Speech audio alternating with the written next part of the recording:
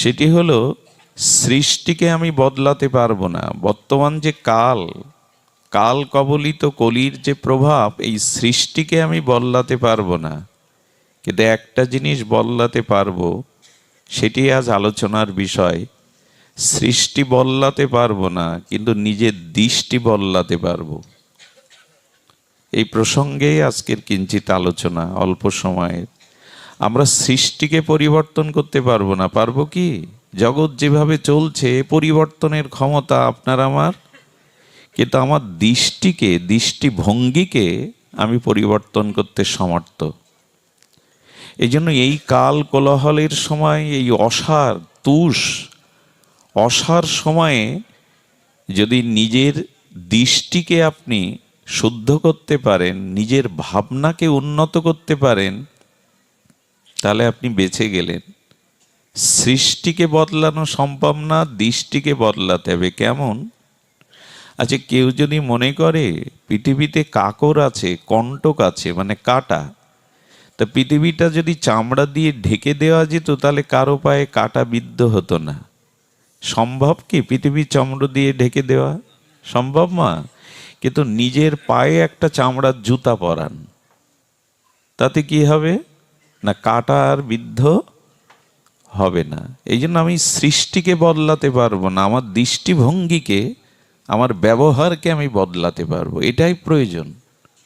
এই কাল কবলিত কলির হাত থেকে আমরা কালকে আটকানো যায় না, কিন্তু আমার দৃষ্টিকে পরিবর্তনের একটি পূর্ণ বিবেক চেতনা আমি লাভ করতে পারি। আজই পারি, যদি হরি কথাতে আমার শ্রদ্ধা হয়, সাধু সঙ্গে আমার বিশ্বাস আসে, আমি পারবো। কারণ মানুষকে ভগবান দেখে প্রসন্ন হন, অন্য কোনো প্রাণীকে দেখে ভগবান এত প্রসন্ন হন না। কেন? মানুষের দিকে তাকিয়ে পরম ব্রহ্ম সচ্চিদানন্দ ভগবান বোঝেন এই মানুষেরই মধ্যে আমার প্রকাশ, শূকর কুকুরের মধ্যে, জীবজন্তুর মধ্যে আমার প্রকাশ নয়। আমারই স্বরূপ করে আমি মানুষকে পাঠিয়েছি, তাকে বিবেক দিয়েছি, বিচার দিয়েছি, সাধু শাস্ত্র দিয়েছি। ও নিশ্চয়ই আত্মজ্ঞান লাভ করে, ভগবত ভক্তি লাভ করে আমাকে প্রাপ্ত হবে। মানুষকে দেখলে ভগবানের এই আশা জাগে, অন্য কোনো প্রাণীকে দেখলে ভগবানের এই আশা জাগে না। যেন আপনার প্রতি ভগবানের অনেক প্রত্যাশা। আপনি মানুষের মতো মানুষ হবেন, আপনি মানবতাবাদী হবেন, মনুষ্যত্ববোধে জেগে উঠবেন, আপনি খাঁটি মানুষ হবেন, এবং ভদ্র হওয়ার পরে আপনি ভক্ত হবেন। এটাই ভগবান আপনাকে দেখে আশা করছে। আপনি আশা কি করছেন? যে আমি তার মনের মতো হব কি? তার মনের মতো হওয়ার জন্য আসুন আমরা আমাদের দৃষ্টিকে বদলাই। দৃষ্টিকে কিভাবে বদলাতে হবে? একটি উপায়, সেটি হলো ভগবত আশ্রয় প্রয়োজন। দেখুন, কোটি কোটি জন্ম, অতীত বা আগামীতে আরো কতবার পৃথিবীতে জন্ম নেব, হোক সে অন্য প্রাণীকুলে, জীবজন্তুকুলে। অতীতে কতই বা মনুষ্য জন্ম নিয়ে জগতে এসেছি, কিন্তু কোনো আশ্রয় তো আমার প্রকৃত আশ্রয় হলো না, কোনো আশ্রয় তো আমি স্থায়ী হলাম না। পূর্ব জন্মে সংসার, পিতা পুত্র, পিতামাতা কন্যা স্ত্রী, এই আশ্রয় তো টিকে না। এই জন্য শাস্ত্রে বলছে তুমি বহুবার আশ্রয় পেয়েছ, কিন্তু সেই আশ্রয় তোমার স্থায়ী নয়, সেই আশ্রয় তোমার চিরন্তন আশ্রয় নয়। একমাত্র ভগবত চরণ আশ্রয় তোমার সর্বোত্তম শ্রেয় এবং সর্বোত্তম আশ্রয় ভগবত চরণ। কিন্তু তা কি নিয়েছি? সংসারের আশ্রয় নিয়েছি, দেহের আশ্রয়ে চলি, স্ত্রী পুত্র কুটুম্ব আত্মীয় স্বজন অর্থবিত্ত বাড়ি গাড়ির আশ্রয় আছি, ভগবানের আশ্রয় নিয়েছি তো? এই আশ্রয়গুলো কেমন জানেন? প্রবল নদীর স্রোতের মধ্যে একটা কীট পড়ে গেল, পিপিলিকা পড়ে গেল। তো নদীর প্রবল খরস্রোতার মধ্যে একটা পিপিলিকা পড়লে তার নিজ সামর্থ্যে এসে বাঁচতে পারবে তো? কুলে উঠতে পারবে তো? পারবে কি? পারবে না। কেউ যদি কৃপা করে তাকে হাতে ধরে কুলে তুলে দেয়, তখনই এই স্রোতের থেকে, এই প্রতিকূল অবস্থা থেকে সে আশ্রয় পাবে। তেমনি পুনঃ পুনঃ জন্ম মৃত্যু এই সংসারে চলছে, আমরা আশ্রয় নাই। যদি ভগবত চরণ আশ্রয় করতে পারি, তখনই আমার একটা কুল হবে, আমার একটা গতি হবে। এর আগে আমার কোনো গতি নাই, আশ্রয় নাই। এই জন্য ভগবান বলছেন মামিকং শরণং ব্রজ, আমার চরণে শরণ নাও। আর কোথাও যদি আশ্রয় নাও, এটা টিকবে না। অনেক জন্ম নিয়েছ, অনেক পরিবারে পিতামাতা পেয়েছো, স্ত্রী পুত্র পেয়েছো, ধন সম্পদ বাড়ি পেয়েছো, ওটা টিকে থাকিনি। ও আশ্রয় তোমার চিরস্থায়ী নয়। একমাত্র আমার চরণাশ্রয় তোমার প্রকৃত। এটাই মানুষকে বুঝতে হবে, এটাই নিজেকে বদলানো। যে আশ্রয় আছি এটা নিত্য নয়, এটা শাশ্বত নয়, এটা চিরস্থায়ী আশ্রয় নয়। আরো কি মজার জানেন, ভগবত চরণ আশ্রয় না নিয়ে যেসব আশ্রয় নিয়েছি আমরা, সেখানে শান্তি পাইনি। সংসারে আমরা যে আশ্রয়ে থাকি না কেন, ওখানে প্রশান্তি নাই, প্রকৃত শান্তি নাই। কিন্তু মজার কথা হলো, যেখানে মায়ার লাথি খাচ্ছি, দুঃখ কষ্ট জন্ম মৃত্যু কর্মফল ভোগ করছি, ঘুরে ফিরে ওই আশ্রয় যাব, অথচ ভগবানের চরণে যাব না। সংসার আজ পর্যন্ত সুখী করেছে কাকে? সংসারে চিরসুখী হয়েছে কে? সংসারে জন্ম মৃত্যু অভিশাপ থেকে মুক্তি পেয়েছে কে? কেউ পায়নি আজ পর্যন্ত। তো ভগবত চরণ আশ্রয় হলো আমাদের দৃষ্টিভঙ্গিকে বদলানো, আমাদের জীবনের, আমাদের আত্মোন্নয়ন, আমাদের আত্মকল্যাণের এটি একমাত্র শ্রেয় পন্থা। মামেকং শরণং ব্রজ, ভগবান বলছেন আমার চরণে শরণ নাও। এই শরণ মুখে বললেও বা শুনলেও হবে না, শরণ নেওয়ার জন্য চাই সাধু কৃপা, শরণ নেওয়ার জন্য চাই শ্রীগুরু বৈষ্ণব কৃপা। এদের করুণা, এদের কৃপা না হলে ভগবত চরণ আশ্রয় হবে না। ছোট্ট একটা দৃষ্টান্ত মনে পড়ল। এটি হলো শ্রী অঙ্গদজি নামের, আমাদের রাজস্থানে তিনি ছিলেন এক সেনাপতি, এক রাজার সেনাপতি। এনার নাম হলো শ্রী অঙ্গদজি। ভক্তমাল চরিত্রে আছে এটি, বিখ্যাত অমর গ্রন্থ নাভাজির ভক্তমাল চরিত্রে, ভক্তমাল মহাগ্রন্থে, অমর গ্রন্থে। তো এনার স্ত্রী ভগবতমুখী, কিন্তু উনি ভগবত বিমুখ। ওনার স্ত্রীর অন্তরে ব্যথা হলো এই যে, যে মানুষটাকে জীবনে বরণ করেছি সে ভগবতমুখী নয়। এই জীবনে সংসারে সব থেকে বড় যন্ত্রণা কষ্ট কি জানেন? যদি সংসারে একজন কৃষ্ণমুখী হয়, অপরজন কৃষ্ণ বিমুখ হয়। কারণ ভাগবতে ভক্তগণ বলছেন, প্রভু উন্মত্ত হস্তির পায়ে আমাকে পিষ্ট করে মারো, আগুনে আমার দেহটা ঝলসে পুড়ে মরুক, তবু কৃষ্ণ বিমুখ, অসতের সঙ্গ যেন আমাকে না করতে হয়, ঘর যেন না করতে হয়। কারণ অসতের সঙ্গ করলে, খুব ধ্যান দিয়ে শুনুন, অসতের সঙ্গের দ্বারা আমার মধ্যেও যেটি আছে, পূর্বজন্মের কিছু শুভ সংস্কার, ওটাও নষ্ট হয়ে যায়। দেখুন, আগুনে পুড়ে দেহটা নষ্ট হলে আত্মার ক্ষতি হয় না, আবার একটা দেহ পাবে, পুনরপি জন্ম নেবে। কিন্তু অসৎ সঙ্গ করে যদি পতন হয়, আত্মা 84 লক্ষ যোনি নিচে নেমে যাবে। এই জন্য জগতে সব থেকে বড় কষ্ট হলো সংসারে কেহ কৃষ্ণমুখী, অন্য কেউ বিমুখী। তবে সকলেই ভগবত পরায়ণ হবে, সকলেই ভগবতমুখী হবে, পাওয়ার জন্য অনেক জন্মের সংস্কার চাই, অনেক জন্মের স্বীকৃতি চাই, এটা পাওয়া যায় না।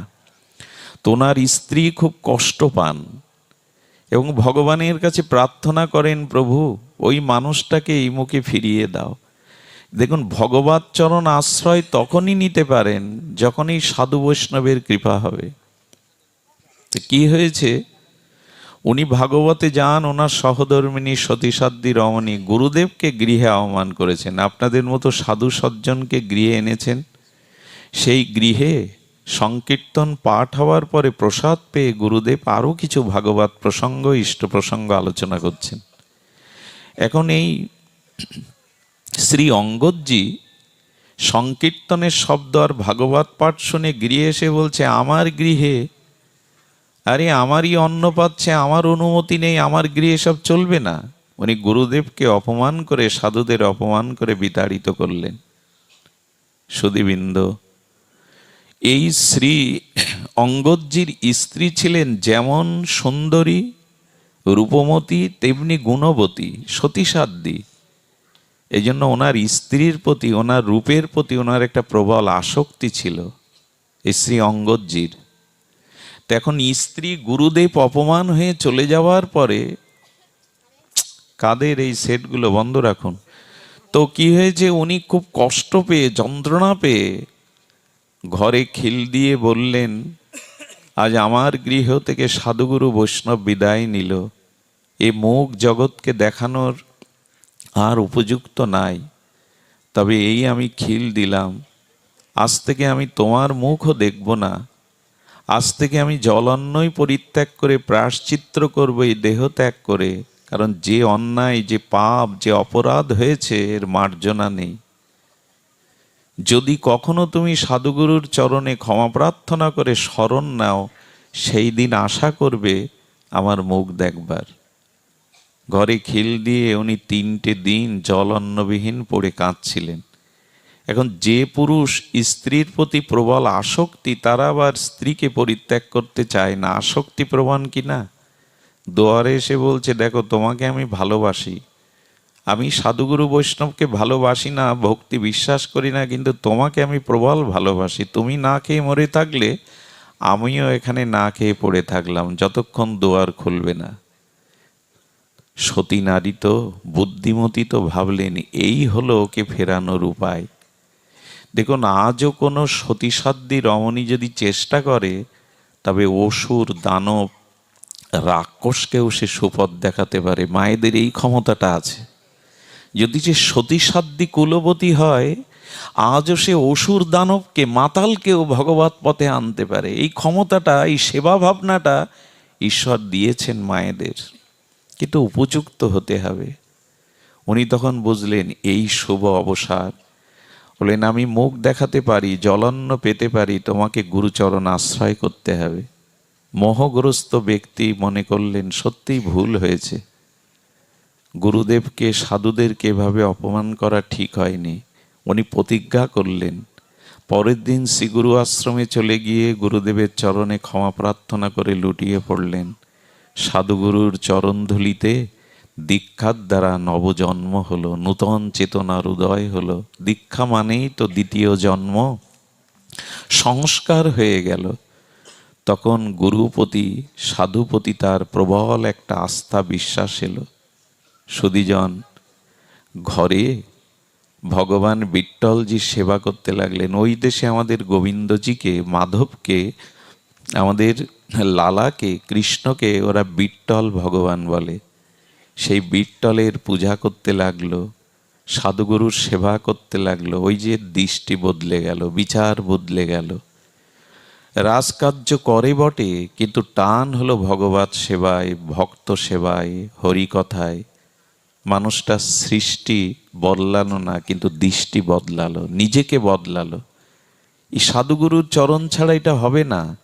ভগবত ভক্তি পেতে গেলে, প্রেম ভক্তি পেতে গেলে শ্রীগুরু বৈষ্ণব সাধুর মহতের কৃপা ব্যতীত, তাদের চরণধুলিতে অভিষেক ব্যতীত কারো হয়নি, হবারও সম্ভাবনা নাই।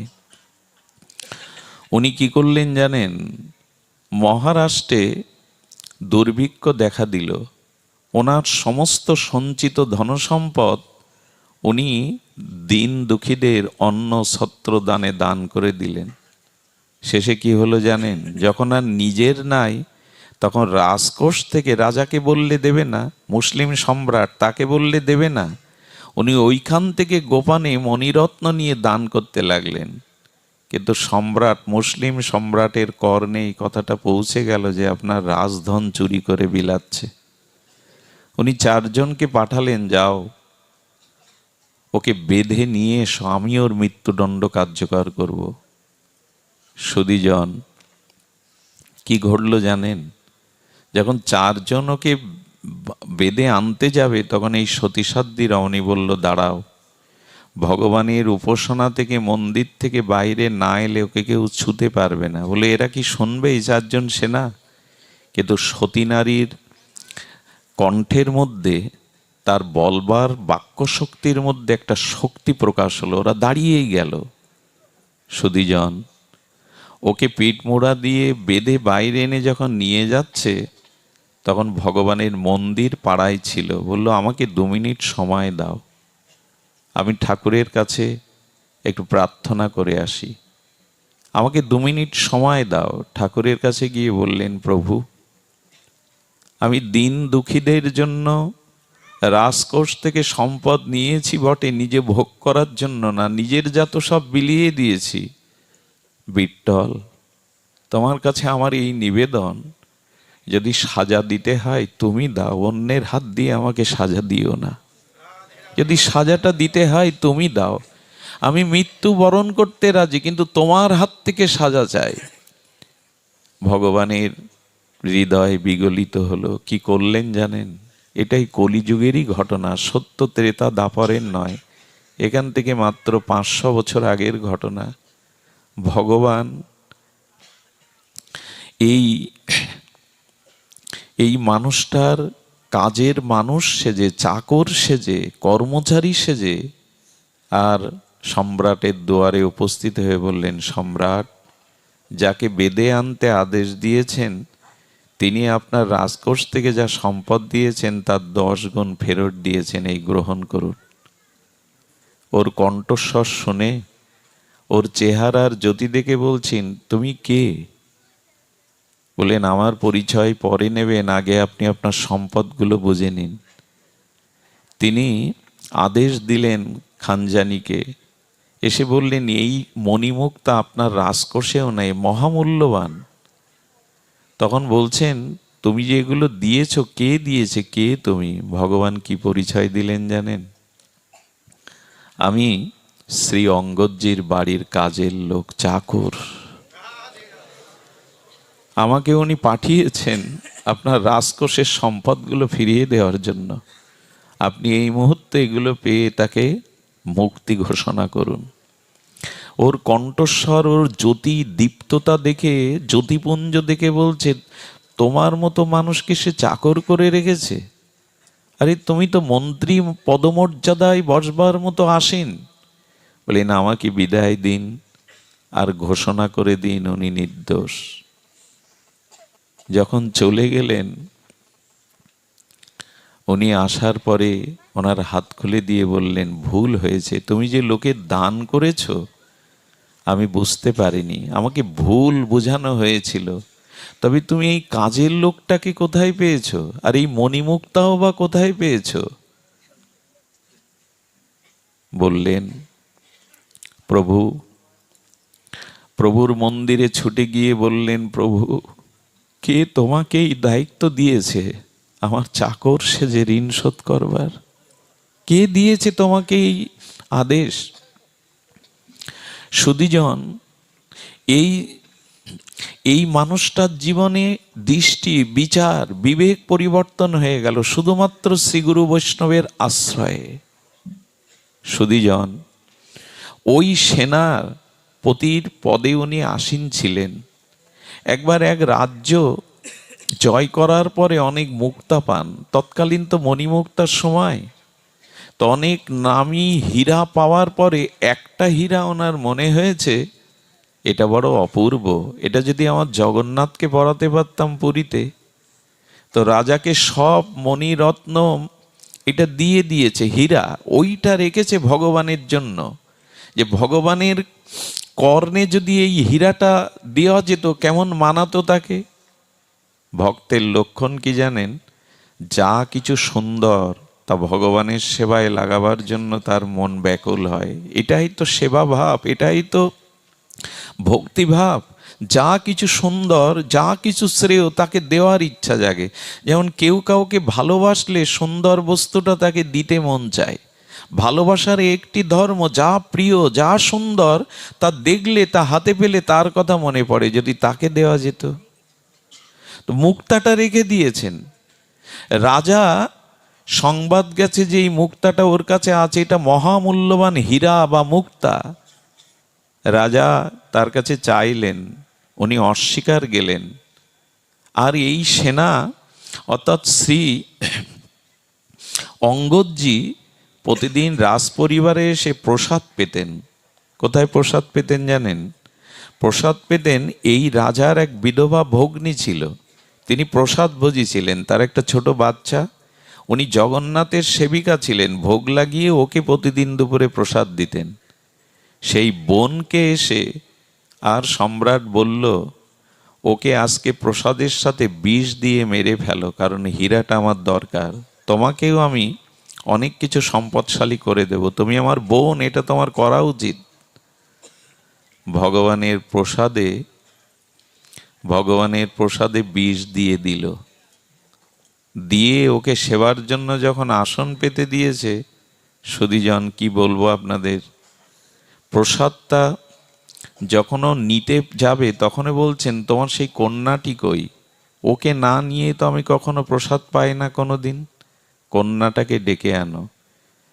এখন মা কি বলবে, ও তো বিষ মাখানো প্রসাদ।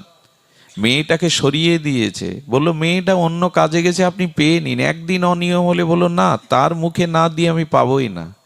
2 ঘন্টা অপেক্ষা করার পরে, নারী তো, মায়ের জাতি তো, বলে আমার মেয়েটাকে এত ভালোবাসে, 2 ঘন্টা বসে রয়েছে, ওকে না নিয়ে খাবেন, আর এই মানুষটাকে বিষ দিয়ে মারতে চাচ্ছি আমি।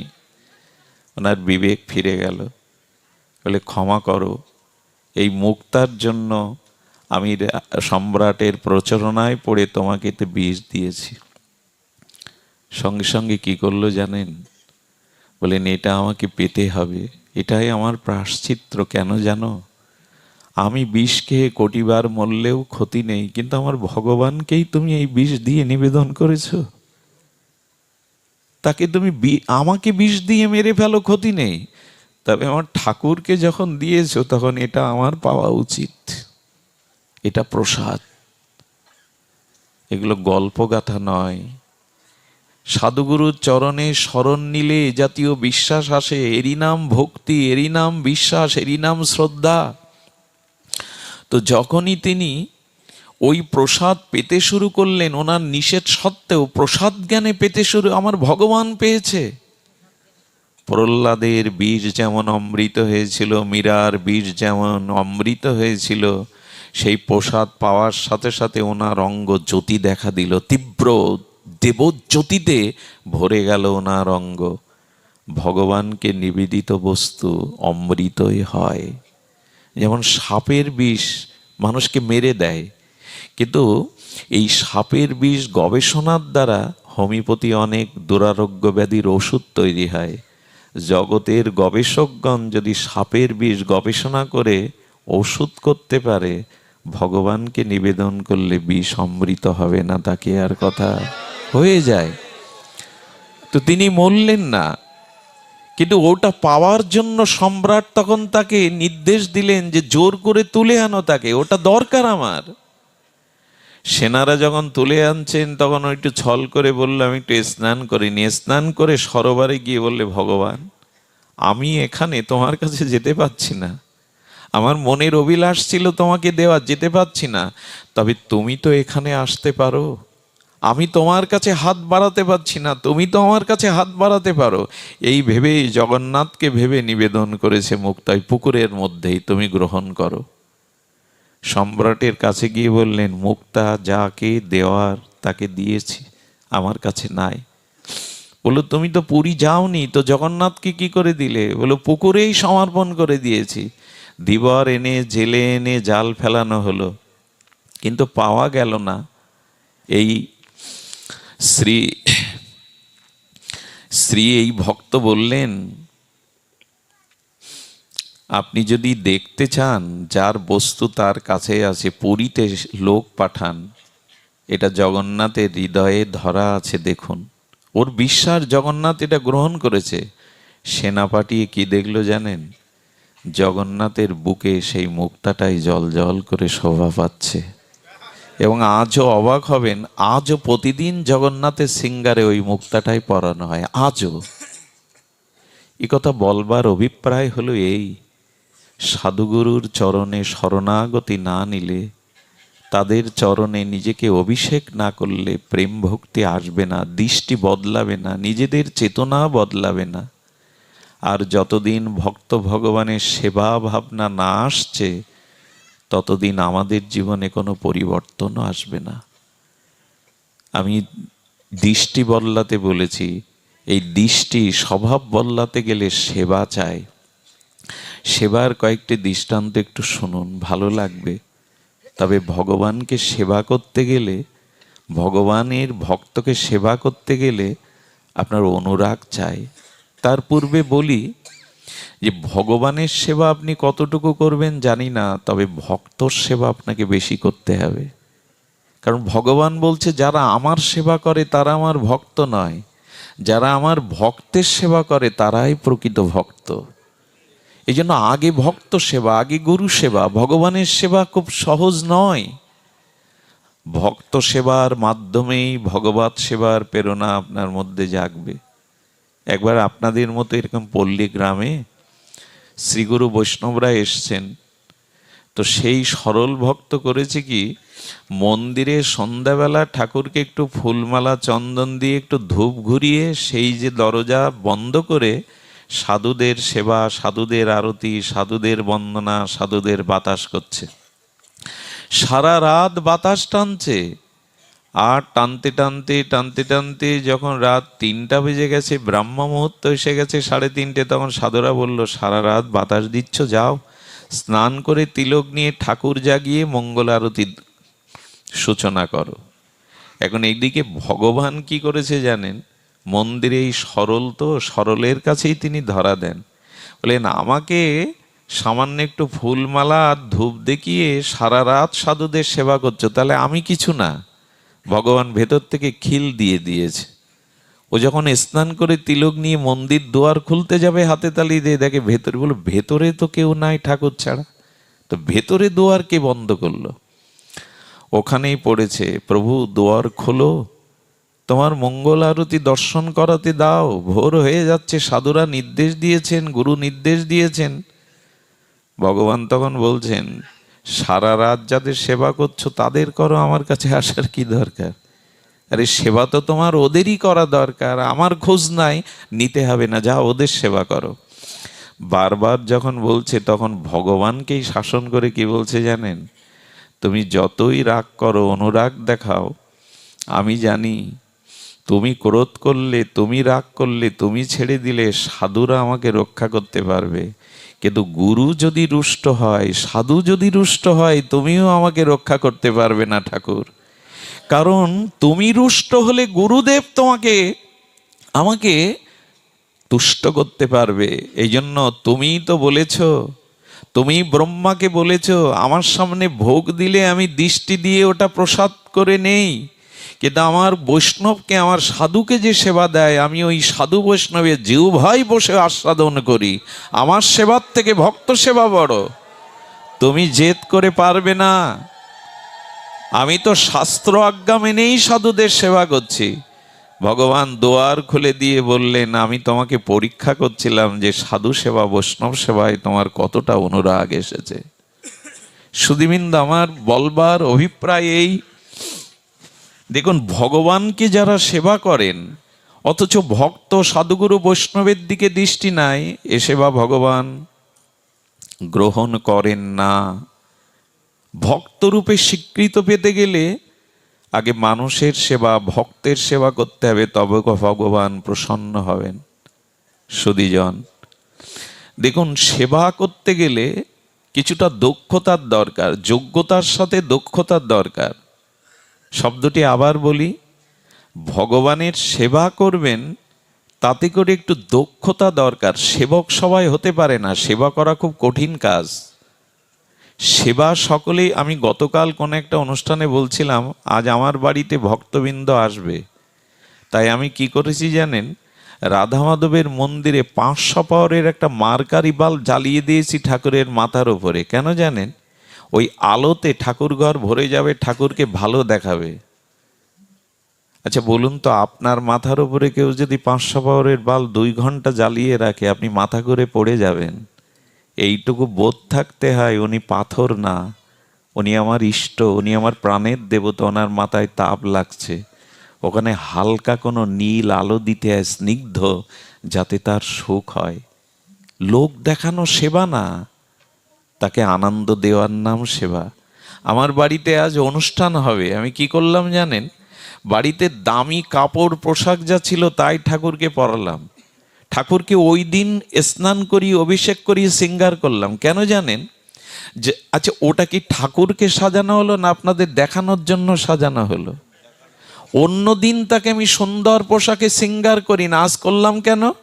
যে আপনারা আমার গৃহে আসবেন, এসে দেখবেন আমি ঠাকুরকে কত যত্ন করি, কত শৃঙ্গার করি। এটা কি ভগবানকে আনন্দ দেওয়ার জন্য না দর্শকদের মন মাতানোর জন্য? এগুলো সেবা না, এগুলো সেবা না। সেবা মানে কি? সেবা মানে সুখ বিধান করা। আমার দ্বারা প্রভু সুখ পাচ্ছেন তো, আমার দ্বারা প্রভু আনন্দ পাচ্ছেন তো। আর এই ভাবই আনন্দ দিতে পারে ভগবানকে, বস্তু না। যদি বস্তু ভগবানকে আনন্দ দিতে পারত, আপনাদের সকলের জানা আছে, বিদুর এসে তার স্ত্রীকে বলছে, কি করছো তুমি?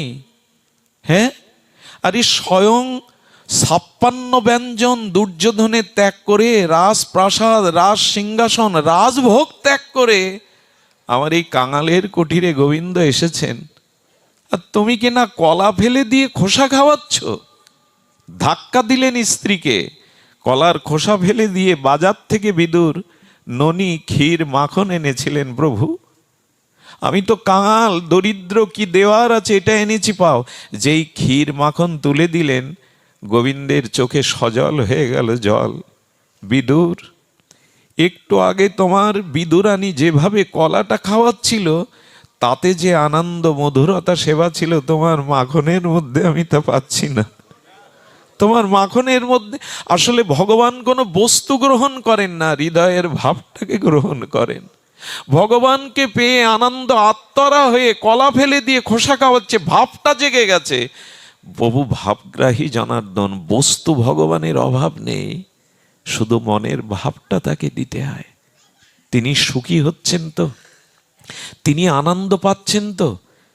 কাউকে সুখী করার নাম সেবা। নিজের মন গড়া কিছু করলে সুখী হওয়া যায় না। এই জন্য যারা ভগবান ভক্তের সেবা করবে তাদের দক্ষতা দরকার, ভাব রাখতে হবে। মাখনের থেকে কলার খোসা কি আরো মধুর হয়? কলার খোসা মাখন বড় কথা না, হৃদয়ের ভাবটাই বড় কথা। সুধীজন, এই ভাবটাই তিনি আনন্দ পান, এই ভাবটাতেই তিনি, যদি ভাব থাকে তো ভগবান বললেন, আমাকে কিনবে তোমরা, আমি বিক্রি হই তোমাদের কাছে। কি করে? তুলসী দল মাত্রেণ জলস্য চুলুকেন। কেউ যদি একটা তুলসী পাতা আর 1 গন্ডুল জল চোখের জলে দিয়ে বলে, গোবিন্দ আমি তোমার, এইটুকুই যদি ভাব দিয়ে বলে, গোবিন্দ বলেন, আমি তার কাছে বিক্রি হয়ে যাই চিরদিনের মতো। 1 গন্ডুর জলে একটা তুলসী দল যদি দিয়ে বলে, প্রভু আমি তোমার, কৃষ্ণ আমি তোমার, তো উনি তার কাছে নিজেকে বিক্রয় করে দেন, আত্মবিক্রয় করে দেন। ভাব চাই। বড় অনুষ্ঠান, বড় আয়োজন, বড় উপচার, এগুলি ভগবানে কাকে কি দিয়ে খুশি করছেন? অনন্ত বিশ্ব ব্রহ্মাণ্ডের যিনি কুল মালিক, তাকে কি দেবেন আপনি?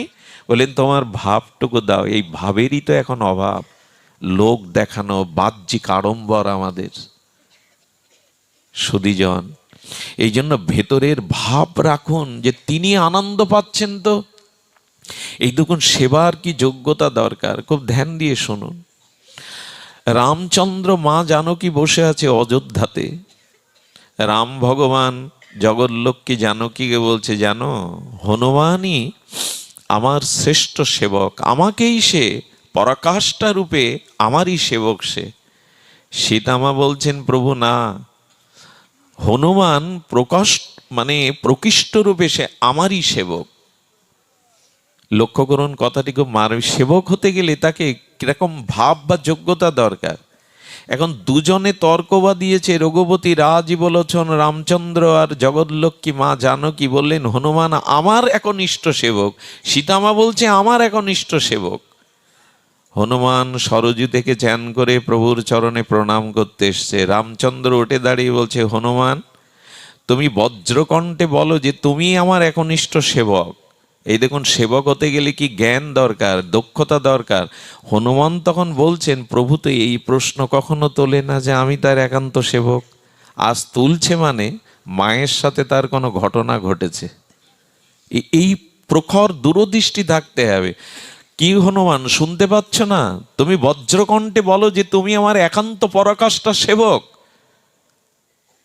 প্রভু আশা করেছিলেন হনুমান তো তাই বলবে, আমি রাম সেবক, ওই জন্যই তো এসেছেন। হনুমান বলছেন, আমি তোমার সেবক নই। সীতামার তখন আনন্দ ধরে না। সীতামা উঠে দাঁড়িয়ে বলছে, তাহলে হনুমান তুমি জানিয়ে দাও তোমার প্রভুকে তুমি আমার একান্ত সেবক।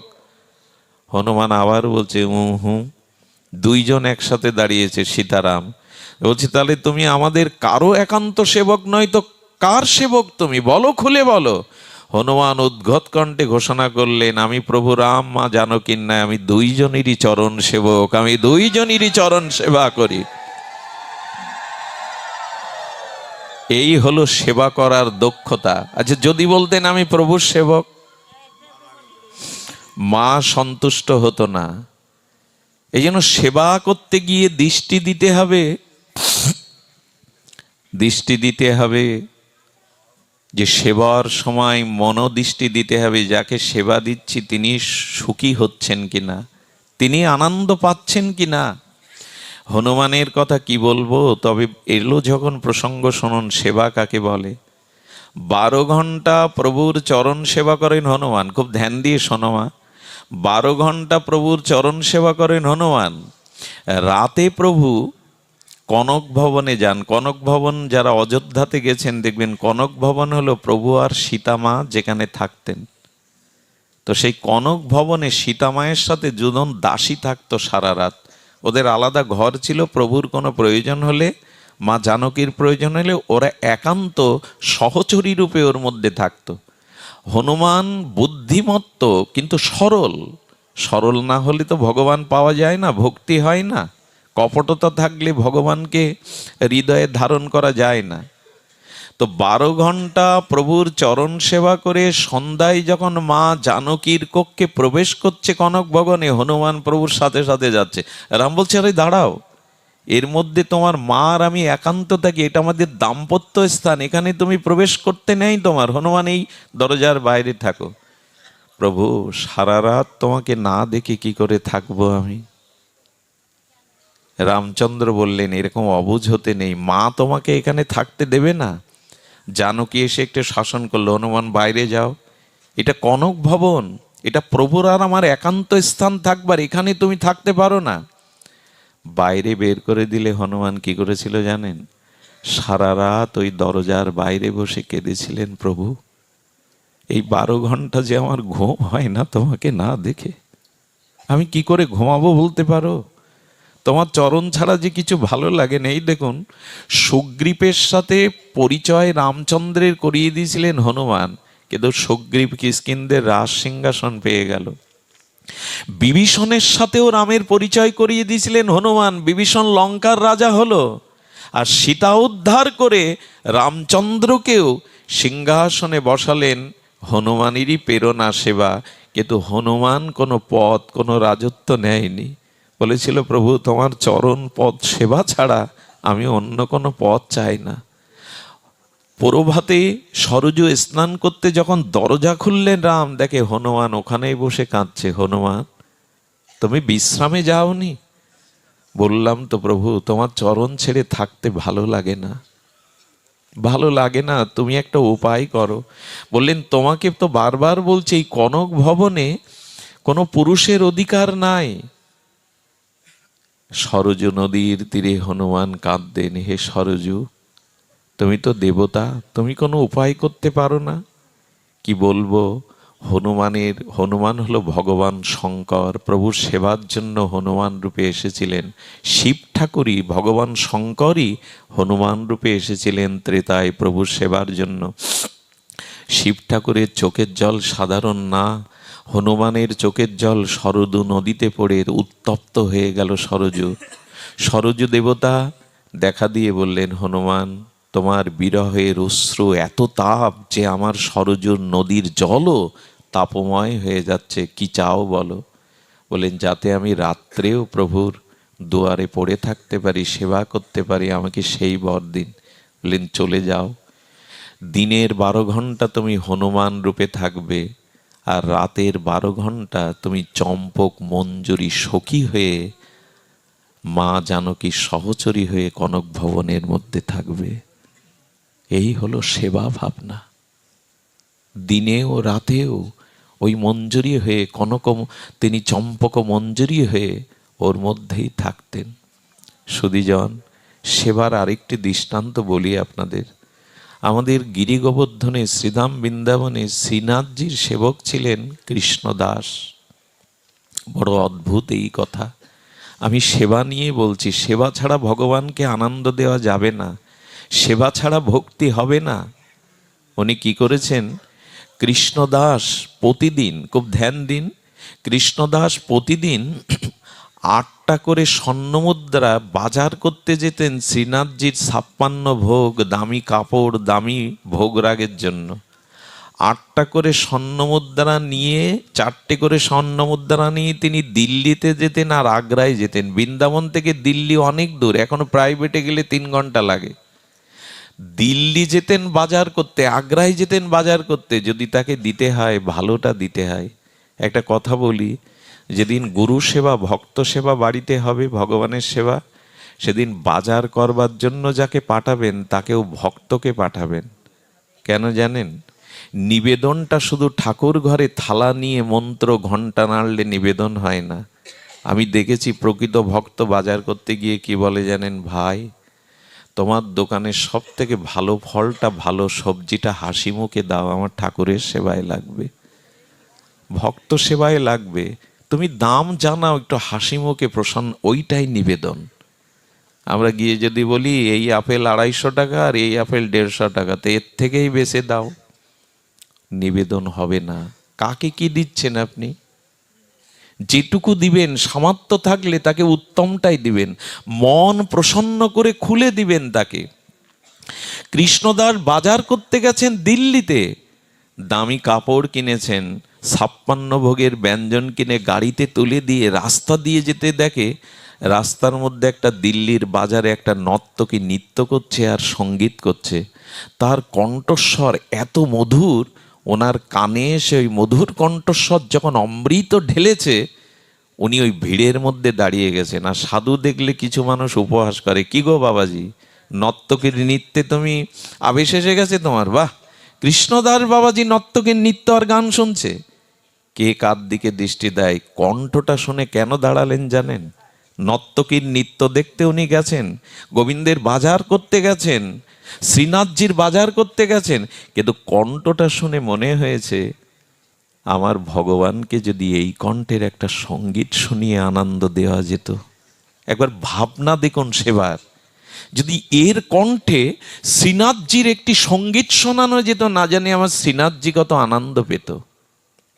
উনি দাঁড়িয়ে গেছেন, নৃত্য শেষে 2-4 টাকা দিয়ে যখন সব চলে গেছে, তখন গিয়ে বলছে, শোনো নর্তকী, আমার শেঠকে তুমি একটু সঙ্গীত আর নৃত্য দেখাবে। শেঠ মানে যারা ধনী। তখন বলছেন, কত দেবে? আপনার শেঠকে নৃত্য গীত শোনালে কত দেবে? বলেন, সারা জীবন যা নেচে গেয়ে পাবে না, আমার শেঠকে যদি একটু শোনাতে পারো সুর, তিনি যা দেবেন তা তোমার অনন্তকাল বসে খেলেও ফুরাবে না। নর্তকী মনে করলেন পেয়ে গেছি একজনকে, নিশ্চয়ই উনি কোনো ধনী, ওনার কাছে নৃত্য গীত করতে পারলে আমার আর অভাব থাকবে না। বলে, আমি রাজি আছি। একটা গাড়ি ডেকে তাকে পাঠিয়ে দিলেন, এই ঠিকানায় যাও, আমি আসছি। উনি শ্রীনাথজির বাজার করে এসে তাকে একটা ঘরে থাকতে দিলেন। বললেন, আজ থেকে তোমার এই অলংকার, তোমার এই পোশাক পরলে হবে না। তিনি শ্রীনাথজির প্রসাদী একটা শাড়ি দিলেন, অলংকার দিয়ে বললেন, তোমাকে তিলক নিতে হবে, আর যে সঙ্গীতটা শোনাবে ওটা তোমার নয়, আমি লিখে দিচ্ছি, আমি সুর করে দিচ্ছি, এই সঙ্গীতটাই শোনাবে। 3 দিন ব্রজেবাস, মহাজনের পদ পদাবলী, আর ওই শ্রীনাথজির প্রসাদী কাপড়, বলুন তো তার পরিবর্তন হয় কিনা?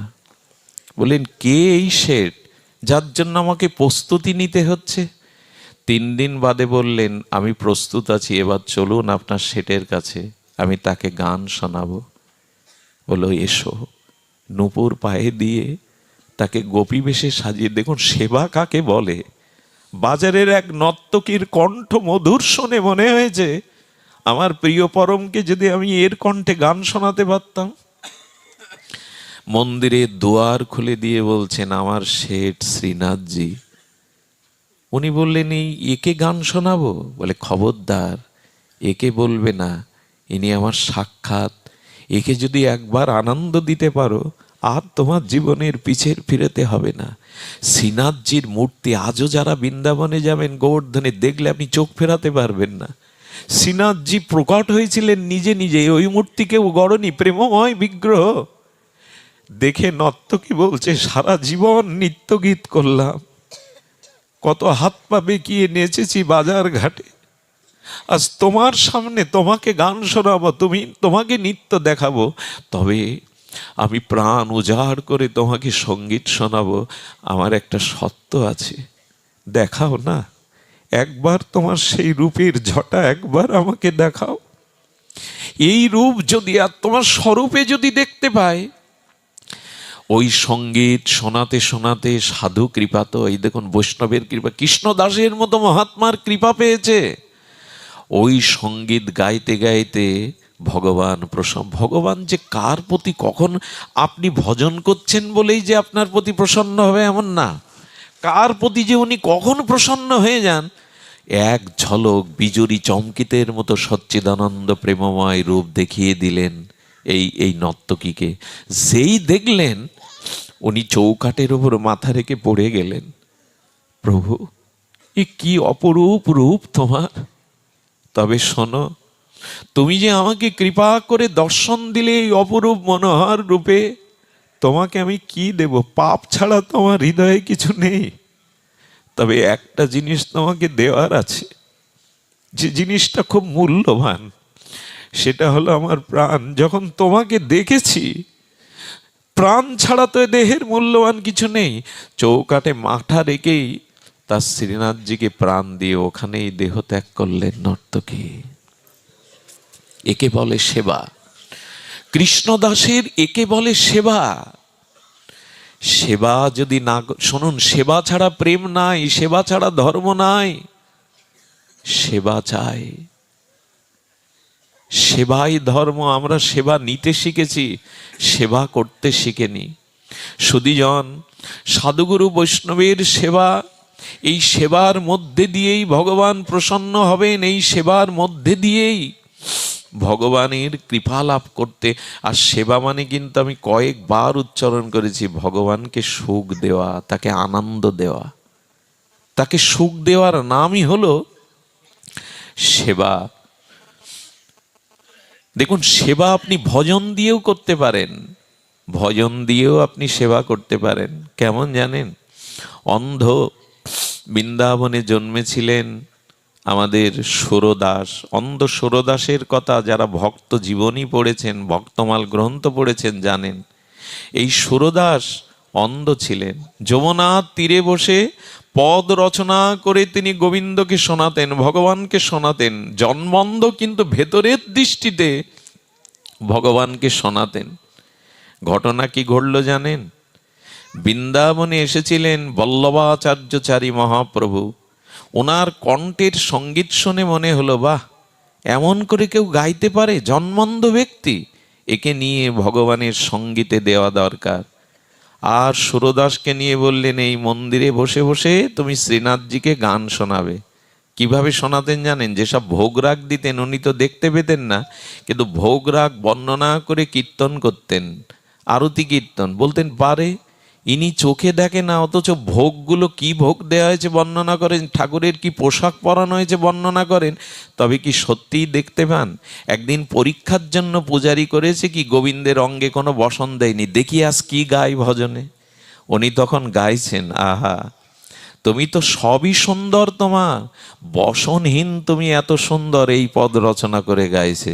জড়িয়ে ধরেছে পূজারি, তুমি তো চোখে দেখো না, তো আমি পোশাক পরাইনি জানলে কি করে? কি উত্তর দিয়েছিল জানেন? আমি চোখে দেখি না, কিন্তু তিনি তো দেখেন আমি তার কাছে আছি, তিনি অন্তরে। এই কথাটা সাধারণ কথা না। অন্ধকে প্রশ্ন করবেন তো তুমি মন্দিরে এসে কেন চোখে দেখতে পাও না, জন্মান্ধ? ও বললেন আমি না দেখতে পেলেও তিনি তো আমাকে দেখেন, ওইটুকুই। তিনি তো আমাকে দেখছেন, ওইটুকুই। সুধীবৃন্দ, তো এই অন্ধ সুরদাস ভজন করতেন। বৃন্দাবনের একবার ভজনে নিয়ে গেছেন এক গৃহে। ভজন করার পরে ওই যে গানের শেষে বীণাটা যেমন পড়ে থাকে আর বীণার খোঁজ নেয় না, ভজন করার পরে সব প্রসাদ বিতরণে নেমে গেছে, ওনার দিকে কারো লক্ষ্য নেই। উনি অন্ধ তো যষ্টিটা ধরে এগিয়ে যাচ্ছেন, লাঠিটা ধরে, আর ভজন করতে করতে চলেছেন। শ্রীনাথজির ভজন করতে করতে চলেছেন, সামনে একটা বড় কুয়ো, অনেক পুরনো কুয়ো, ওখানে হিংস্র কত সাপ পোকামাকা আছে, পড়তে যাবে, গোবিন্দ বালক বেশে এসে লাঠি ধরেছে। আরে সুরদাস, সামনে একটু বড় কুয়ো দেখতে পাচ্ছ না? ও তুমি তো দেখো না। বলেন কে তুমি? যে কৃষ্ণ যদি বলে আমি কৃষ্ণ, ধরা পড়ে যাবে তো। তখন বলছে আমাকে আর কি বলবে, আমি তো এখানে রাখাল রূপে এসছি, গোকুলে বাড়ি, আমাকে রাখাল বলতে পারো। কণ্ঠ শুনে মনে হচ্ছে যার জন্য ব্রজে পড়ে রয়েছি এ কণ্ঠ তার ছাড়া হতে পারে না, কি এক দিব্য গন্ধ আসছে। উনি বলছে এক কাজ করো, আমি তো পড়ে যাচ্ছিলাম, তুমি আমাকে বাঁচালে, আমার লাঠিটা ধরে আমার কুঠিরে পৌঁছে দেবে। লাঠির ওপাশে গোবিন্দ বালক বেশে আর এই পাশে সুরদাস, লাঠিটা সোজা করে ধরেছে, টেনে টেনে নিয়ে যাচ্ছে। ভাবছেন এত কাছে পেয়ে তাকে হারাবো, একটু যদি বুকে জড়িয়ে ধরতে পারতাম। তখন উনি বুদ্ধি করে বলছেন কি, আমার মনে হচ্ছে আকাশে মেঘ করেছে, বৃষ্টি নামবে, আমি তো অন্ধ, আমাকে একটু তাড়াতাড়ি হাত ধরে নিয়ে যাও তো, তুমি লাঠির ওপারে আমি এপারে, হাতটা ধরে নিয়ে যাও তো। যেই হাত ধরতে গেছে লাঠি ছেড়ে দিয়ে দূরে দাঁড়িয়ে হাসছে খিলখিল করে, আর বললেন তুমি হেরে গেলে আজ। গোবিন্দ বলছেন সুরদাস, তুমি হেরে গেলে আমার কাছে, ধরতে চেয়েছিলে, বুকে জড়াতে চেয়েছিলে, কিন্তু পারলে না তো। সুরদাসের অন্ধ হলে কি হবে, মুখে হাসি ফুটে বললেন আমি হারিনি, তুমিই হেরেছ, আমি জিতেছি, আমি জিতেছি। বলে কি করে জিতলে? আমি তো তোমাকে ফাঁকি দিয়ে দূরে সরে এলাম। সুরদাস কি বলেছিল জানো মা? আমি জন্মন্ধ, আমি বৃদ্ধ, আর তুমি নিত্য কিশোর, লাঠি ছাড়িয়ে যাওয়াটা তোমার জিত না। তবে শোনো কেন তুমি হেরেছ, আমার হৃদয় জুড়ে তুমি আছো, হৃদয় থেকে চলে যাও দেখি। লাঠি ছেড়ে দিয়ে চলে যেতে পারো, আমার হৃদয় মন্দির থেকে তুমি এক পাও যেতে পারবে না। যেদিন হৃদয় থেকে চলে যেতে পারবে ওই দিন বুঝবো আমি হেরে গেছি গোবিন্দ। তুমি জিতেছ নয়, তুমি হেরেছ। ভগবানের চোখে জল এসে গেছে। বলে কি সুরদাস, গোবিন্দের চোখে জল এসে গেছে, তুমি হেরেছ। দেখুন এই হলো ভক্তি। প্রভু তোমার হাত ধরলে তুমি হাত ছাড়াতে পারো, আমার হৃদয় থেকে যাবে এ ক্ষমতা তোমার নাই। আমরা রেখেছি তো তাকে হৃদয়ে। আমাদের হৃদয়ে মান সম্মান ভোগ লালসা কামনা এগুলি ভরা, তো আমরা শান্তি কোথায় পাবো? হৃদয়ে অন্য কারো জায়গা দিবেন না, সে ব্যথা দেবে, সে টিকে থাকবে না। হৃদয়ে একমাত্র ভগবানের চরণকেই জায়গা দিন, তাকে জায়গা দিন। এই হৃদয়েই তাকে বসাতে হয়, শুধু ঠাকুরের আসনে বসালে হয় না, হৃদয়ের ধনকে, হৃদয়ের দেবতাকে হৃদয়ে বসাতে হয়। এ আমার আবেগ নয়। সুরদাসের এই কথা ভক্ত সমাজে এক বড় দৃষ্টান্ত। প্রভু আমি অন্ধ, আমার লাঠি ছাড়াতে পারো, কিন্তু আমার হৃদয় থেকে চলে যাও দেখি তোমার কি ক্ষমতা। গোবিন্দ মাথা নত করলেন, চোখে জল এলো, জগৎকে বলছেন এই দেখো আমার ভক্তের স্বভাব দেখো, আমাকে হৃদয় থেকে সে চুল পরিমাণে ছাড়বে না। গোবিন্দের চোখে জল দেখে নিকুঞ্জ মন্দিরে রাধারানী বললেন, শ্যাম সুন্দর, নিশ্চয়ই কোনো ভক্তের জন্য তোমার চোখে জল, বলো কোন ভক্তের আনন্দে তোমার চোখে, ভক্তিতে তোমার চোখে জল এসছে। গোবিন্দ বলছেন, অন্ধ সুরদাস আজ এমন কথা বলেছে, ঠাকুরানী প্রেমময়ী, আমার হৃদয় বড় আনন্দ হয়ে গেছে। রাধারানী তখন বলছেন, তে এমন সুরদাসের মতো ভক্তকে আমাকে দেখাবে না? আরে তুমি ওই ভক্তের সাথে লীলা করো, তার ভজন শোনো, আমাকে তো কখনো নাওনি। রাধারানীকে বলছেন শ্যামসুন্দর, তোমাকে কেন নেইনি জানো? তুমি যাকে তাকে কৃপা করে করো, কৃপা দিয়ে দাও। তুমি যাকে তাকে যখন তখন কৃপা করো, করুণাময়ী, এই জন্য তোমাকে সব জায়গায় নেওয়া যায় না। রাধারানীর কৃপাটা গোবিন্দের থেকে কোটি গুণ বেশি। কেমন জানেন? বাবা কাছানো পরিষ্কার জামা পরে আর প্যান্ট পরে অফিসে যাচ্ছে কি দোকানে যাচ্ছে, আর ছোট বাচ্চাটা নাল ভরা, কাদামাটি মলমূত্র মাখা, এসে যদি বলে বাবা কোলে নাও, বাবা নেবে তো? ওই সময় নেবে? বলে এর মার কাছে যা, মার কাছে যা, এখন না এখন না, মার কাছে যা, বলে কি না? কিন্তু মা হয়তো খেতে বসেছে, খোকা গিয়ে বলছে বাবা কোলে নিল না মা, বাবা তাড়িয়ে দিল। মাও কি তাড়াবে? মা ওই ধুলা বালি, ওই ময়লা লালা মাখা সন্তানকে কোলে নিয়ে স্নেহের আঁচল দিয়ে মুছিয়ে দেয়। রাধারানী মায়ের মতো করুণাময়ী, গোবিন্দ পিতার মতো সবাইকে করুণা করেন না। গোবিন্দ যাকে তাকে কৃপা করেন না, কিন্তু রাধারানী যাকেই দেখেন করুণাময়ী তো, কৃপাময়ী তো, অপার করুণা তার। সুধীজন, রাধারানী বললেন এমন ভক্তকে তুমি দেখাবে না? আরে তুমি না যাও, আমি যাব সুরদাসকে দেখতে। গোবিন্দ পেছনে, রাধারানী আগে আগে চলেছে।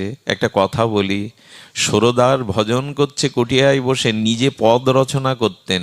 1,00,000 পদের মধ্যে 50,000 পদ গোবিন্দ নিজেই লিখে দিয়েছিলেন। ইনি উদ্ধবজি, উদ্ধবই সুরদাস হয়ে ব্রজে এসেছিলেন, সাধারণ নন। তো যখন ভজন করছেন প্রাণ ঢালা, গোবিন্দকে আনন্দ দেওয়া যায় গানে। যদি সুরের দ্বারা, ভক্তির দ্বারা, ভাবের দ্বারা, সঙ্গীতের দ্বারা ভগবানকে বড় বিবশ করা যায়। কবিগুরু রবীন্দ্রনাথ বলেছিলেন, যারে না পাওয়া যায় ধ্যানে, তারে যায় যে পাওয়া গানে। তবে সে গান গানের মতো হতে হবে। মীরা তো ভজনের দ্বারাই পেল গিরিধারীকে।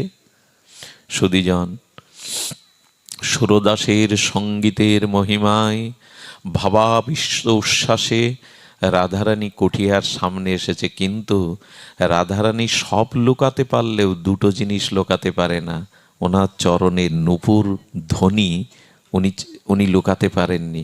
ওই রাধারানীর চরণের নূপুর কিন্তু আমাদের মা বোনদের চরণের নূপুর না, ওই নূপুর রাধারানীর মতই কৃপাময়, শক্তিময়।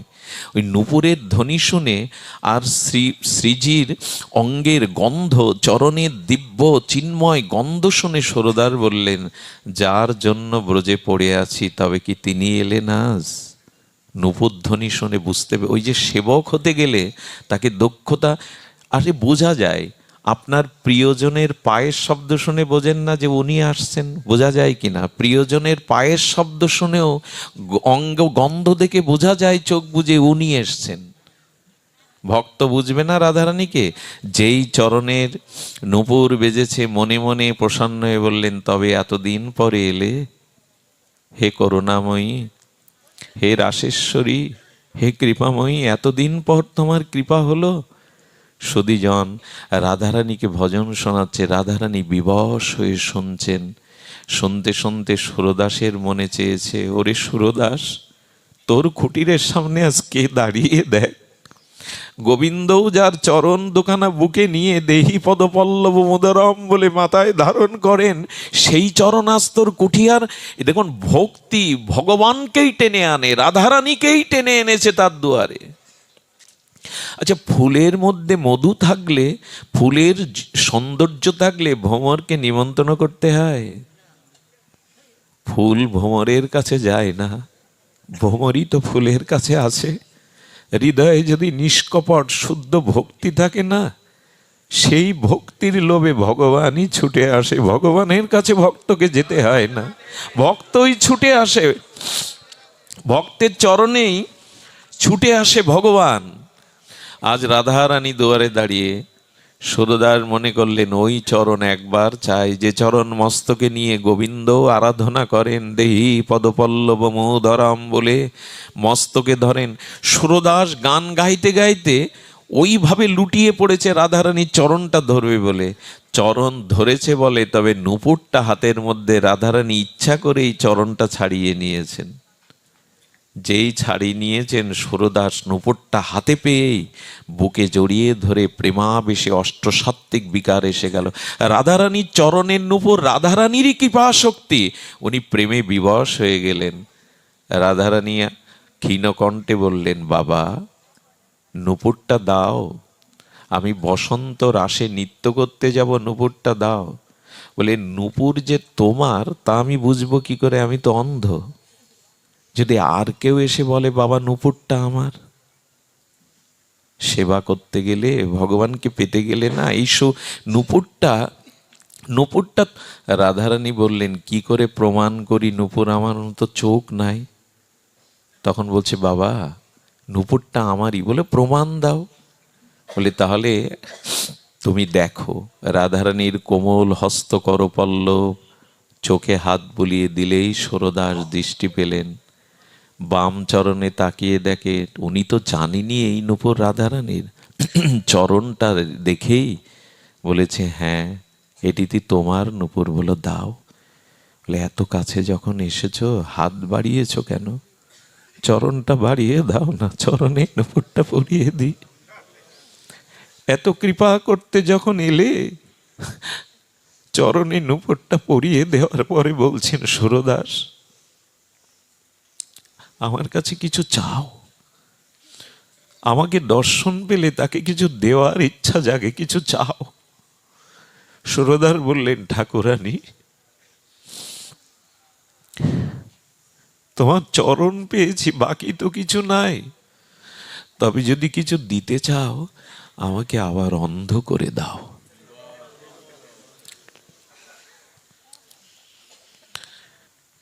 ভগবানের কাছে জগতের কিছু চাইবেন না। অর্থ, বিত্ত, মান, সম্মান এগুলো চিরদিন থাকে না। কত সম্রাট, কত রাজা ধূলিসাৎ হয়ে গেছে তাদের প্রাসাদ। যদি চাইতে হয় তার সেবা চাইবেন, তার চরণে ভক্তি চাইবেন। অন্য কিছু চাইলে ভুল হয়ে যাবে।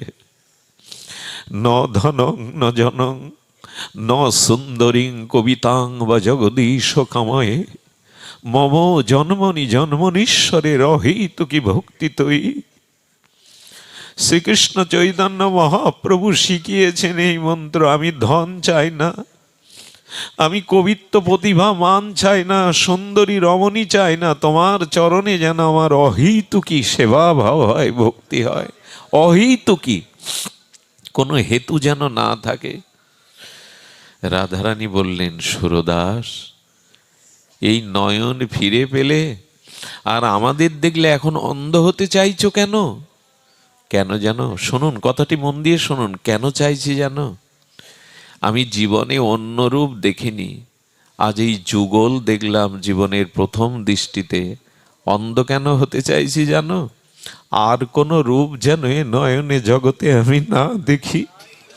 এই রূপ হৃদয়ে নয়নের মধ্যে যেন আমি বাঁধিয়ে রাখি। ওর অন্য কোনো রূপ যেন আমার নয়নে আর না আসে। এই হলো সেবা।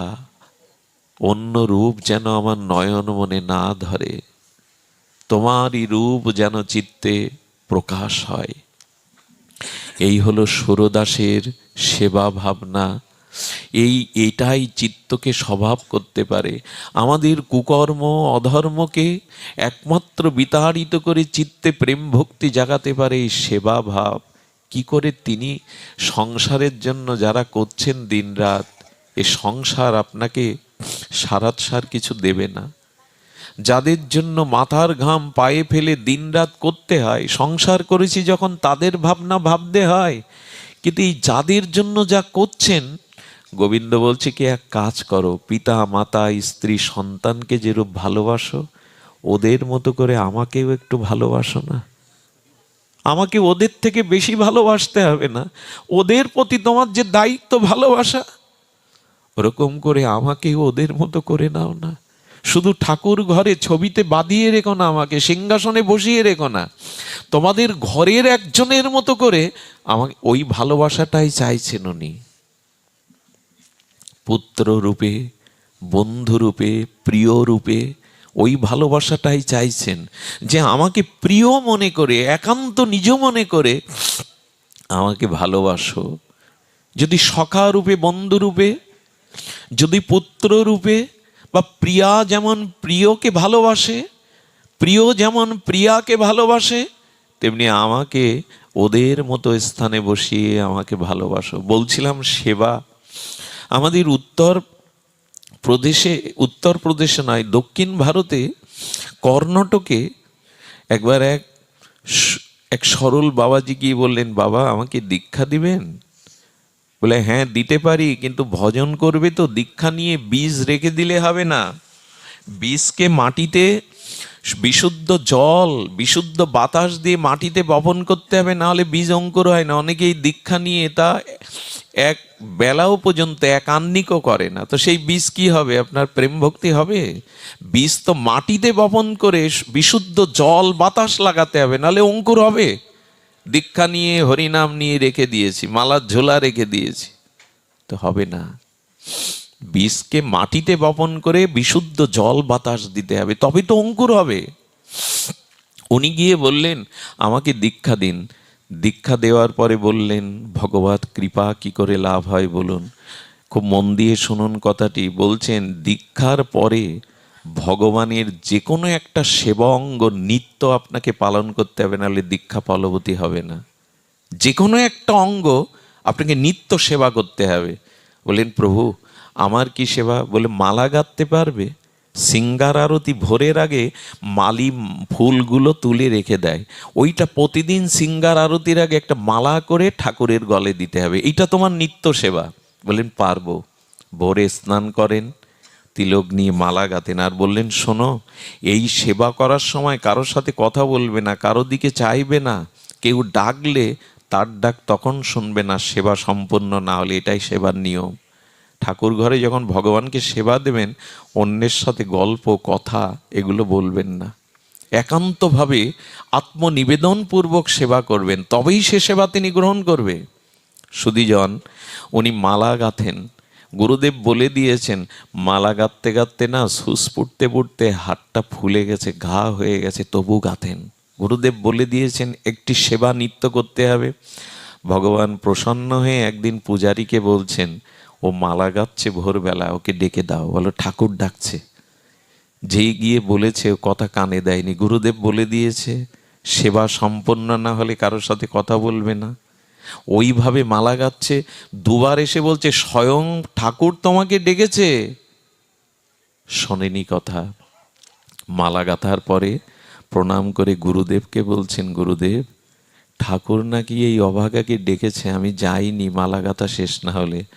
গুরুদেব মনে মনে প্রসন্ন হয়ে বললেন এবার যাও। যেই গেছে ঠাকুরের কি রাগ, বেরিয়ে যাও, আমার দৃষ্টির সামনে থেকে বেরিয়ে যাও, তোমার আমি ডেকেছি, তোমার তার থেকে মালা গাঁথা বড় হয়ে গেল। হাত জোর করে বললেন, ঠাকুর কেন পরীক্ষা নিচ্ছ? আমি কার কথা শুনবো, গুরুদেবের কথা না তোমার কথা? তুমি তো গুরুদেবের স্বরূপ, গুরু বাক্য লঙ্ঘন করতে নাই, আমাকে কেন পরীক্ষা নিচ্ছ? আমি কার কথা শুনবো? যেই বলেছে গুরু বাক্য আমি লঙ্ঘন করতে পারবো না, গোবিন্দ প্রকট হয়ে বললেন আমি তোমাকে পরীক্ষা নিচ্ছিলাম, তোমার সেবা নিষ্ঠা, তোমার গুরু নিষ্ঠা। বুকে জড়িয়ে ধরলেন। আমি তোমার সেবার পরীক্ষা নিচ্ছিলাম যে তোমার সেবাই কত নিষ্ঠা। আপনাদের মনে পড়ে মা যশোদা গোপালকে দুধ খাওয়াচ্ছিলেন দামোদর লীলাতে। সেই প্রভাতে গোবিন্দ ক্ষুধার্ত হয়ে মা যশোদার অমৃত স্তনপান করছে, আর যশোদার অনতি দূরে একটা কড়াইতে দুগ্ধ বর্তন করছিলেন, দুগ্ধ জাল দিচ্ছিলেন। দুগ্ধটা ছাপিয়ে পড়ে যাচ্ছে, এই দেখে যশোদা কড়া নামাতে গিয়ে গোপালকে জোর করে কোল থেকে নামিয়ে দিল। আচ্ছা, যার নবলক্ষ ধেনু, ওই কড়ায় দুধ একটু অর্ধেক পড়ে গেলে কি ক্ষতি? গোপাল তোমার বুকের স্তনপান করছে মা, এর থেকে তোমার কড়ায় দুধ বড় হয়ে গেল। এ বিচার আমাদের। যশোদার বিচার কি জানেন? সেবা করেছি বলে তো আজ কোলে তাকে পেয়েছি, সেবা না করলে তো তাকে পেতাম না। সেবাতেই তো ভগবান আর শিশু হয়ে আমার কোলে এসছে। যাকে ধরা যায় না আপ্তকাম পুণ্যকাম, যার ক্ষুধা তৃষ্ণা নেই, সে ক্ষুধায় কাতর হয়ে আমার স্তন পান করছে। ব্রহ্মা বললেন, কি ভাগ্য করেছো মা তুমি। হ্যাঁ, স্বয়ং ভগবান, যার ক্ষুধা নেই তৃষ্ণা নেই, সে তোমার কোলে শিশু হয়ে ক্ষুধায় কাতর হয়ে দুগ্ধ পান করছে। ধন্য তোমার প্রেম। সুধীবৃন্দ, যশোদা বলছে, কড়া কেন লাভাতে গেছি যেন? ওই কড়ার দুধগুলো আমার গোপালের সেবার জন্য। আমার মনে হয় কি জানো, ভগবানকে দিয়ে ভগবান পাওয়া যায় না, সেবা দিয়েই তাকে পাওয়া যায়। এই জন্য ভগবানের থেকে সেবা বড়। সেবার জন্যই তো তিনি আমার কোলে এসেছেন, তাই তার সেবার বস্তু তার থেকে বড়। এই কথাটি যেন আমরা অন্তরে নিয়ে যাই। সেবা না করলে আসলে ভালোবাসার লক্ষণ কি মা? এই জগতে কেউ যদি কাউকে অন্তর দিয়ে ভালোবাসে, তার লক্ষণ দুটো। এই দুটো লক্ষণ যদি যদি না থাকে, জানবেন ভালোবাসা মৌখিক, লোক দেখানো, ওখানে প্রকৃত ভালোবাসা নেই। ভালোবাসার লক্ষণ দুটি, কথার দিকে ধ্যান দিন। দুটি হলো, এক হলো তার কথা তার খুব মনে পড়বে, সব সময় মনের ভিতরে তার কথা জাগবে। দ্বিতীয়ত, তাকে হাতে করে সেবা করতে খুব মন চাইবে। এই দুটো লক্ষণ যেখানে নাই, সেখানে ভালোবাসা কি কি বললাম? যে যাকে ভালোবাসে তার কথা সবসময় তার মনে পড়ে, ভুলতে পারে না। শয়নে স্বপনে তার ঘুম থেকে উঠলেই তার মুখখানার কথা মনে পড়ে, আর সবসময় সুযোগ খোঁজে কখন হাতে করে তাকে সেবা করাতে পারবো। তা আমার ভগবানের প্রতি অনুরাগ ভালোবাসা এসছে, এ বোঝারও এই দুই লক্ষণ। এক, সর্বদা তার কথা মনে পড়া, আর তাকে হাতে করে সেবা দেওয়া।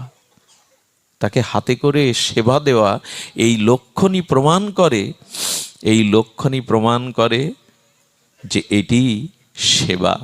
সুধীবৃন্দ, যাদের সেবা, যাদের চাকরি সারা জীবন করেছি, জানি না তাদের সেবা করে কি পেয়েছি, তবে ভগবানের সেবার মাধ্যমে কি পাওয়া যায়, ছোট্ট একটা দৃষ্টান্ত দিয়েই পাঠ বিশ্রাম রাখছে। আমার ভালো লাগছে। আমি শান্তদার প্রতি খুব রেগে গিয়েছিলাম, কারণ আমি আসতে চাইনি, শরীরও ভালো না, আর এই অনেকটা ভেতরে, এতটা ভেতরে আসাটাও পচ্ছে না, নেই। মনোজদা এসছেন, তার প্রতি খুব রাগ ছিলাম, কিন্তু এখন রাগটা জল হয়ে গেছে। আপনারা কত দূর থেকে, কত বসার কষ্টে কত মানুষ দাঁড়িয়ে আছেন। আমি ক্ষমা চাইছি আপনাদের কাছে, যারা দূরে দাঁড়িয়ে আড়ালে দাঁড়িয়ে আছেন। তাদের যদি এখানে বসে আমিও ওখানে দাঁড়াতে পারতাম, আমার মনে হয় আমি উপলব্ধি করতে পারতাম। আমি আমার বয়স 9 বছর বয়স থেকেই ভাগবত জগতে, কিন্তু এখন জানি না আপনাদের ভাগবত শোনার যে এত উৎকণ্ঠা, এত ব্যাকুলতা, এটা আমাকে বিমোহিত করেছে, সব কিছু জল করে দিয়েছে। তো ধন্য আমি, কখন কার কৃপা কোথায় হয়ে যাবে। বলি কি, সংসারকে যতটা সেবা করছেন, ওর অন্তত কিছুটা অংশ ভগবানকে সেবা করুন। এটা করলে কি হবে জানেন? আমাদের এই পুরুলিয়াতে, ইন্ডিয়াতে একজন শিক্ষক ছিলেন, বৃন্দাবনের আশ্রিত। উনি শিক্ষক, ঘটনাটা অনেকবার শুনেছেন আপনারা যারা মিডিয়াতে পাঠ শোনেন। তো উনি প্রতিদিন ভগবানের সেবা করে স্কুলে যেতে ওনার বিলম্ব হয়ে যেত। সেবায় বসলে সময়ের দিকে আর খেয়াল থাকতো না। তো স্কুলের হেডমাস্টার বা ম্যানেজিং কমিটি তার প্রতি খুব নাকশ ছিল। তাকে বারবার বলতেন, আপনার কিন্তু চাকরি থাকবে না, আমরা উপরে নোটিশ পাঠিয়ে দেব, আপনি ইচ্ছা মতো দেরি করবেন, ইচ্ছা মতো আসবেন, কিন্তু ভগবানের সেবায় বসলে ওনার সময়ের জ্ঞান থাকতো না। আচ্ছা, লোভী ব্যক্তির সামনে ভালো খাদ্য দিলে কি হয়? খাদ্য রসিক লোভী, নিয়ন্ত্রণ থাকে কতটা খাবে। তো ভগবানের সেবা করতে করতে এত লোভ তার, কখন যে সময় পেরিয়ে যেত। কিন্তু ম্যানেজিং কমিটি ডেকে বলল, শুনুন, আগামীকাল স্কুল ভিজিটের জন্য ওপর থেকে টিওনো মহোদয় অন্যান্যরা আসবেন, আর আপনি হিসাব রক্ষক, হিসাব নিকাশ আপনাকেই দিতে হবে। কাল যদি সময় মতো না আসেন, আমরাই বলছি চাকরি থাকবে না, আপনি ছেড়ে দিতে হবে। অনুরোধ আপনার কাছে, দয়া করে স্কুলের সম্মান বাঁচাতে, আমাদের সম্মানের জন্য আপনি কাল আসবেন। সকালে একবার মনে করেছে যে আজ তাড়াতাড়ি একটু সেবা দিয়ে চলে যাব, কিন্তু সেদিন তার ভেতরের ভাব ভক্তি যেন উচ্ছ্বসিত হয়ে উঠেছে। ঠাকুরের চরণে তুলসী দিয়ে বললেন, মাধব, সারা জীবন সংসারের সেবা দায়িত্ব করে গেলাম, তোমার সেবা করব বলে এসেছিলাম, এই হাতকে কথা দিয়েছিলাম প্রভু তোমার নামে দুবাহু তুলব, সাধু বৈষ্ণবের সেবা করব। এই চোখকে কথা দিয়েছিলাম, এই চোখকে কথা দিয়েছিলাম যে তোমার ভক্তকে, তোমার ভগবানকে দেখব, একটু ধ্যান দিন। এই কর্ণকে কথা দিয়ে এসেছিলাম, তুমি কর্ণ দিয়েছ, কর্ণপুটে কর্ণ ছিদ্রে তোমার গুণমহিমা গুণকীর্তন শুধুই শুনব। এই জিহ্বাকে বলেছিলাম তুমি কত কথাই বলো, যেন রাধা মাধব বলো, ভগবানের নাম বলবে, আর এই জিহ্বাই গোবিন্দের প্রসাদ নেবে। আমার পাকে বলেছিলাম, পা তুমি যেখানে হরিকথা, যেখানে ভগবানের ধাম, সেখানে ছুটে যাবে। এই বক্ষকে বলেছিলাম তুমি ভক্তকে বুকে জড়িয়ে ধরবে, ভক্তের চরণধূলি মস্তকে মাখবে। মাথাকে বলেছিলাম সবার মধ্যে ভগবান আছেন এই ভেবে মাথা নত করতে, দিন বা দীনতা হতে। কোনো কথাই তো রাখলাম না। এইভাবে ভাবে সেবা করতে করতে স্কুলে 8টা যাওয়ার কথায় 10টা বেজে গেছে। চোখের জলে স্ত্রীকে বললেন, আজ তোমাকেও মেনে নিতে হবে, উপায় নেই, আমার চাকরি থাকবে না, তবে রিজাইনটা দিয়ে আসি। খুব খুব মনে কিন্তু দুঃখ নেই, তার সেবাতেই ভক্তি এসে গেছে, চোখে জল এসে গেছে। স্কুলে যেই প্রবেশ করেছেন বেলা 11টার দিকে, যেতে ঘন্টাখানি লাগতো, ম্যানেজিং কমিটির লোকজন এসে জড়িয়ে ধরেছে, প্রধান শিক্ষক এসে জড়িয়ে ধরেছে, সুশীল বাবু, আপনার ভিতরে এত জ্ঞান, এত প্রতিভা, আজ আমাদের সম্মান বাঁচিয়ে নেন আপনি। আজ এই স্কুলের জন্য যে বরাদ্দ পাওয়া গেছে, সেটাও আপনার জন্য। উনি মনে করছেন আমাকে পেয়ে ওরা উপহাস করছে, আসতে তো পারিনি, কেন ঠাট্টা করছেন? আমি এ চাকরি, আমি জানি আমার যোগ্যতা নেই, আমি রিজাইন দিতে এসছি। বলে না, আজ ঠাট্টা করছি না আপনার সাথে, আপনিই তো 8টায় এলেন, ওদের সাথে কথা বলে খুশি করলেন, কি সুন্দর করে হিসাব দিলেন।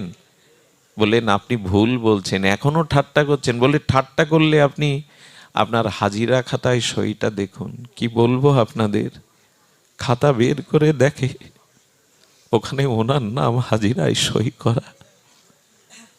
সইটাকে চুম্বন করে বুকে জড়িয়ে ধরে বললেন, সারা জীবন যাদের ডিউটি করলাম তারা আমার ডিউটি কেউ করে না, আমি তোমার সেবা করছি বলে তুমি আমার রূপে এসে, আরে লক্ষ্মী দেবী তোমার চরণ সেবা করে, যমও তোমার আজ্ঞার জন্য দূরে দাঁড়িয়ে থাকে, আর তুমি আমার হয়ে এদেরকে সারছাড় করেছো, আমার দায়িত্ব পালন করেছো এসে।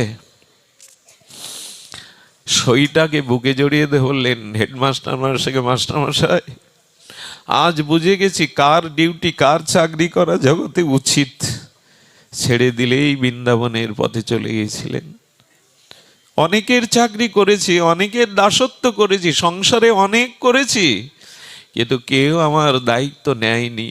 আরো একটা কথা বলি, আজকে যদি তাকে সেবা করেন, তার দায়িত্ব নেন, তার ভজন করেন, মৃত্যুর পরে কিন্তু শ্মশানের ওপারে কেউ এগিয়ে দেবে না, কিন্তু ভগবান বলবেন কেউ না থাকলেও আমি আছি এপারে, আমি হাত বাড়িয়ে তোকে বুকে নেব, আমার আলয়ে নেব, আমি দীনবন্ধু হয়ে আমি দাঁড়িয়ে থাকবো তোর জন্য।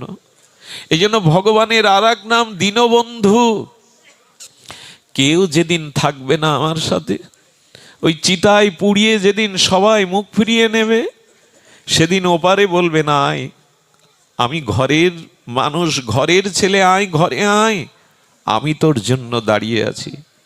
তাই আসুন, আমাদের এই অধর্মে ভরা, আমাদের এই বাসনা প্রবৃত্তিতে, এই কবিত্বের হৃদয়ে আমরা ভগবানকে বসাই। আমরা একটু ভগবানের সেবা, তার একটু সুখ দেওয়ার চেষ্টা করি, এটাই ভক্তি। ভগবানকে আনন্দ বা সুখ দেওয়ার নামই প্রেম, তারই নামই ভক্তি। তবে হ্যাঁ, যেন কপটতা না আসে, লোক দেখানো না আসে। সবশেষে বলতে হয় সেই ঠাকুর নরোত্তমের পদ, গৌরাঙ্গ তুমি মোরে দয়া না ছাড়িও, গৌরাঙ্গ তুমি মোরে দয়া না ছাড়িও, আপন করিয়া মোরে চরণে রাখিও। ঠাকুর নরোত্তম খেদ করে গাইছেন প্রেম ভক্তি চন্দ্রিকা এই গ্রন্থে। শ্রীকৃষ্ণ চৈতন্য প্রভু দাসের অনুদাস, সেবা অভিলাষ মাগে নরোত্তম দাস। কবে সেবা করতে পারবো জানি না, তবে যেন সেবার ইচ্ছাটা মনে জেগে রয়। কোন জন্মে তোমার সেবা করতে পারবো জানি না, তবে এই জন্মেই যেন অভিলাষটা জাগে, যেন তোমার সেবা করতে পারি। আজ এইটুকুই। আপনাদের মঙ্গল হোক, সকলের কল্যাণ হোক। জয় শ্রী গুরু প্রেমানন্দে গৌর হরি বল। জয় শ্রী রাধে।